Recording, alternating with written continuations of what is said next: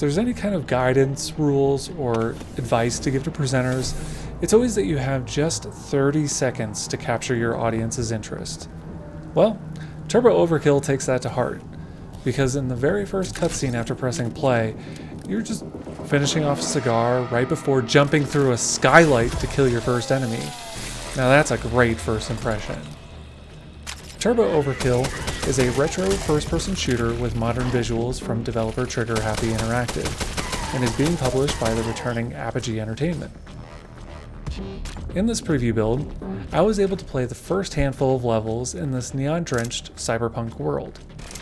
And if this is the progression of the levels of the full game, it's a wonderfully chaotic introduction. When starting the game, there's two difficulties to choose from, casual and turbo. I would have preferred something in between, as the former was a little easy and the latter was too hard. Now, no first-person shooter is anything without its arsenal. The list I'm about to rattle off will likely not seem new or exciting, but what Trigger Happy Interactive brings to the table is their inventiveness. You've got dual pistols, shotgun, dual assault rifles, minigun, and the double shotgun.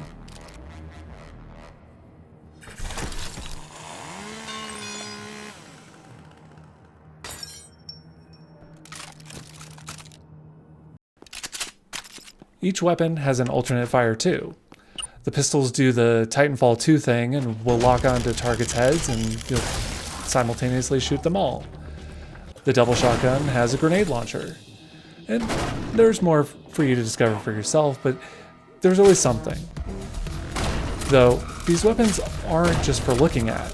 You'll want and need to use them on enemies. From small groups to large swarms, you'll have plenty of opportunities.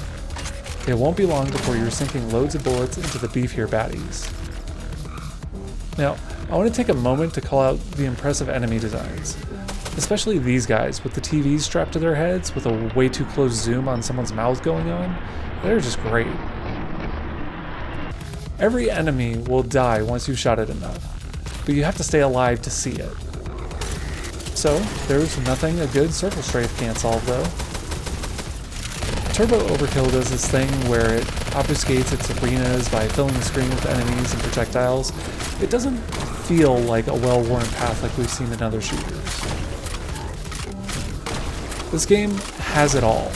Blade Runner nods, wall running, double jumps, and a chainsaw slide making you look like Tony Hawk going up and down a half pipe. Your high mobility is another asset that's just as important as your weapons.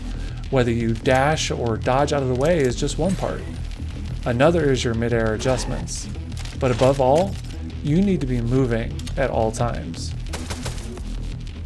Trigger Happy Interactive is not all about nostalgia.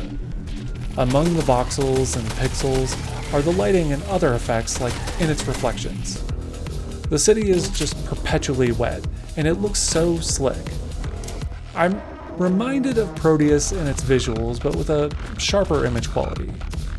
It's also incredibly smooth. I was able to run the game with max settings no problem without any slowdowns. It's a game that has no problems running at 240 frames per second, and it feels like you're moving at 240 miles per hour. Turbo Overkill is hectic, frenetic, and a culmination of nearly every first-person shooter that came before it, that somehow is fresh, exciting, and something all its own. How this all shapes up is yet to be determined. There's one thing for certain. I can't get enough of Turbo Overkill's ultraviolence. Turbo Overkill is coming to PC in 2022. Links below in the description. Thank you all for joining me on this. I'll see you in the next one, and be good people.